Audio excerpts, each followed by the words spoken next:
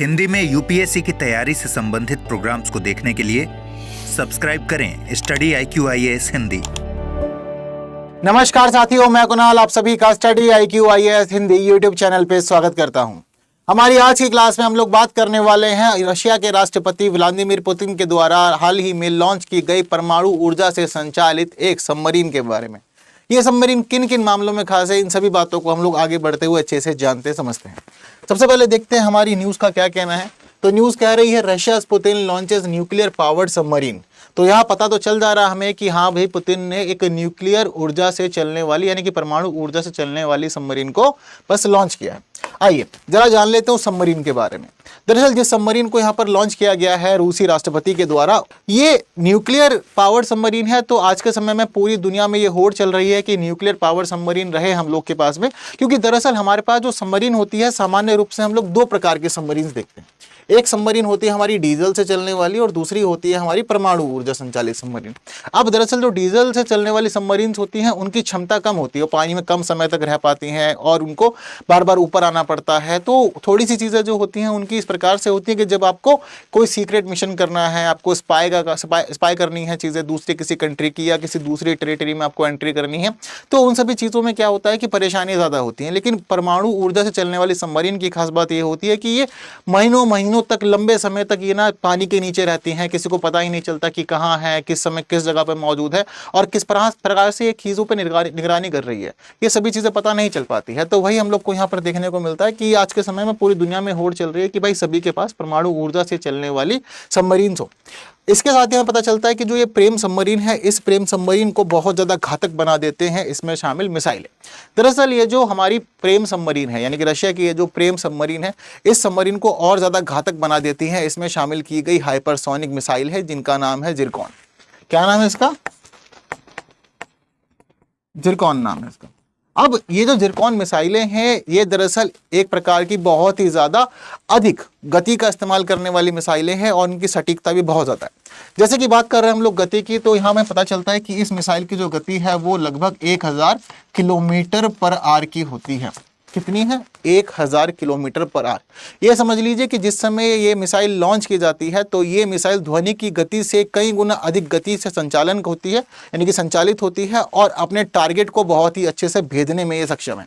इसके साथ ही ये जो मिसाइल है, इस मिसाइल का वॉरहेड जो है वो भी 300 से 400 kg तक का वॉरहेड इसके अंदर होता है। इतना अधिक वॉरहेड की चीज़ें हम यहाँ पे देखने को मिल जा रही है। तो मिसाइल की गति की क्षमता हम लोग बात कर रहे हैं, जो गति है इसकी वो भी बहुत ज़्यादा है, वॉरहेड इसका बहुत ज़्यादा है। और हमें पता चलता है कि 2023 की शुरुआत में रशिया ने इस मिसाइल को अपने शस्त्रागार में शामिल किया था, जिसके बाद से लगातार इसका इस्तेमाल किया जाने का अलग अलग मौका मिला है। और सबसे पहला इस्तेमाल इस मिसाइल का किया गया था यूक्रेन के ऊपर। क्यों? क्योंकि मैं आपको बताया यहाँ पर कि मिसाइल को कब शामिल किया गया था, 2023 की शुरुआत में इस मिसाइल को अपने बेड़े में शामिल करा था रशिया ने। और 24 फरवरी 2022 से अब तक रशिया यूक्रेन वॉर जारी है। तो इस दौरान जब रशिया को ज़रूरत महसूस हुई इस मिसाइल को इस्तेमाल करने की, तो इस मिसाइल को छोड़ दिया गया कई बार रशिया के ऊपर। ठीक है, इसके साथ साथ हम लोग ये देखते हैं कि वैसे तो ये जो मिसाइल है, ये मिसाइल खास तौर पे एंटी शिप मिसाइल के रूप में डिज़ाइन की गई है, लेकिन एंटी शिप मिसाइल होने के साथ साथ इसका इस्तेमाल हमने देखा है कि कई बार यूक्रेन के ऊपर कर लिया गया है। ठीक है, तो इसके अलावा हम लोग कुछ बात कर लेते हैं थोड़ा सा रशिया की बाकी सबमरीन्स के बारे में।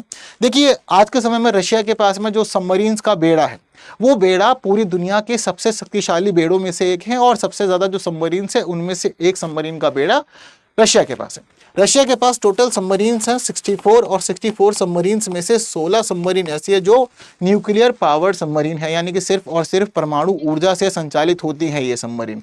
इसके साथ साथ हमें पता चलता है कि जो टोटल सबमरीन्स है रशिया के पास में 64, इन सभी सबमरीन्स को कई अलग अलग कैटेगरी में डिवाइड किया था यानी कि इसके अंदर अलग अलग वैरायटी भी देखने को मिलती है।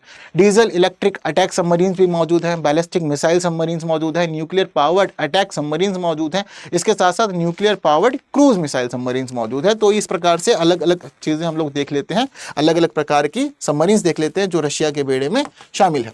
सिर्फ इतना ही नहीं, रशिया ने अपने इस बेड़े को ना अलग अलग प्रकार के क्लास में भी डिवाइड किया गया है, जिसमें से आज के समय के कुछ प्रमुख क्लासेस हैं बोरे, यासेन, डेल्फिन, कलमार और शुशुका।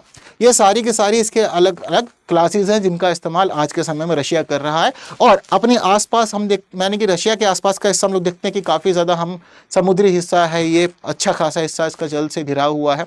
तो हमें पता चलता है कि उस पूरे के पूरे हिस्से में दूसरे देशों की गतिविधियों पर नज़र रखने के लिए, अपनी सीमाओं की सुरक्षा के लिए और रक्षा के मामले में खुद को मजबूत करने के लिए रशिया आजकल इन सबमरीन्स का इस्तेमाल करता आ रहा है। क्लियर है बात सारी।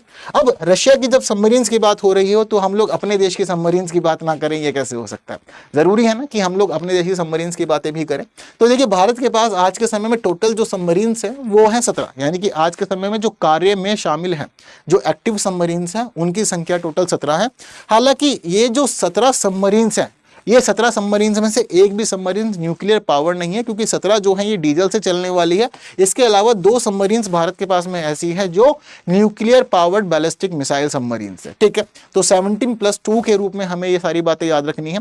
भारत के पास में जो सबमरीन्स है, उन सबमरीन के मामले में हम लोग ये देखते हैं कि जनरली उनको 3 कैटेगरी में डिवाइड किया जाता है, जो nuclear powered ballistic missile submarines के अलावा है। तो भारत के पास जो डीजल से चलने वाली सबमरीन्स हैं, उनमें पहली श्रेणी है शिशुमार श्रेणी। ठीक है, पहली श्रेणी शिशुमार श्रेणी है, दूसरी है सिंधु घोष श्रेणी और तीसरी है कलवरी श्रेणी। अब ये जो शिशुमार श्रेणी है, ये शिशुमार श्रेणी काफी ज्यादा पुरानी है और इस श्रेणी में हमारे पास में 4 अलग अलग सबमरीन्स हैं। और ये जो चारों की चारों सबमरीन्स हैं, ये चारों सबमरीन्स हम लोगों ने तैयार की है जर्मनी से प्रौद्योगिकी हस्तांतरण के कार्य के साथ। ठीक है, यानी कि जर्मनी से हम लोगों ने टेक्नोलॉजी को ट्रांसफर करवाया है, जिसके बाद ये सारी की सारी सबमरीन्स तैयार हुई हैं। तो शिशुमार श्रेणी की सबमरीन्स में हम लोग को खास तौर पे याद रखना है कि जर्मनी का खास इन्वॉल्वमेंट है यहाँ पे। ठीक है, नोट डाउन करके रखिएगा। अब इस श्रेणी के अंदर कौन कौन सी सबमरीन्स है? पहली है आईएनएस शिशुमार, दूसरी है आईएनएस शंकुश, तीसरी है आईएनएस शाल्की और चौथी है आईएनएस शंकुल। ठीक है, तो चारों की चारों सबमरीन्स के नाम आप लोग को याद रखने चाहिए, किसी एग्जाम में पूछ ली जाए तो परेशानियां हो सकती है अगर याद नहीं होगा। दूसरी हमारे पास में सिंधु घोष श्रेणी की सबमरीन।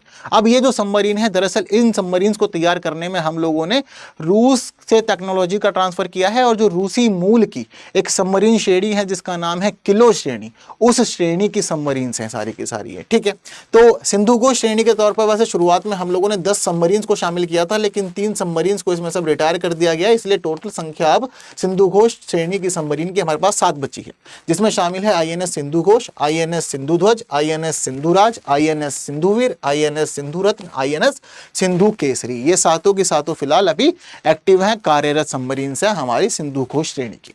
वहीं हम लोग बात करते हैं भारत की स्वदेशी रूप से तैयार की गई सबमरीन की, जिसको हम लोगों ने नाम दिया है कलवरी श्रेणी। और इन कलवरी श्रेणी की सबमरीन्स को हम लोगों ने तैयार करवाया है प्रोजेक्ट 75 के तहत।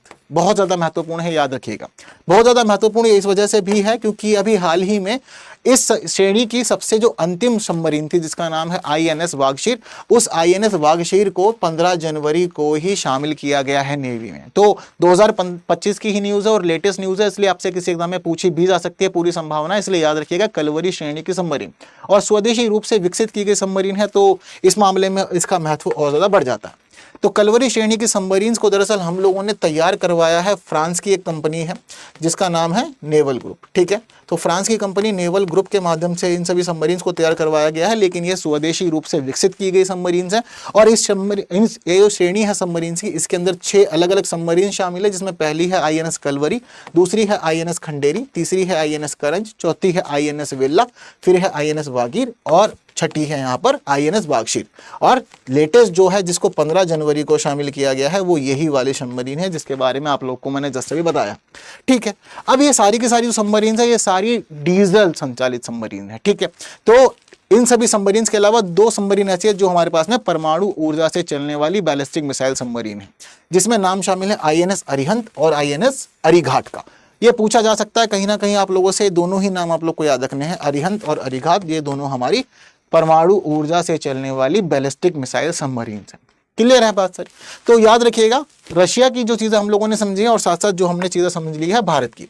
अब इन सभी बातों को जानने समझने के बाद ये भी जरूरी है कि हम लोग एक प्रश्न देख लें, और प्रश्न का ये कहना है कि निम्नलिखित में से कौन सी पनडुब्बी प्रोजेक्ट 75 में शामिल नहीं है? आईएनएस कलवरी, आईएनएस शंकुल, आईएनएस करंज, आईएनएस वेला। तो 4 सबमरीन्स के ऑप्शन आप लोग को यहाँ दिए गए हैं, जिसमें से एक शामिल नहीं है।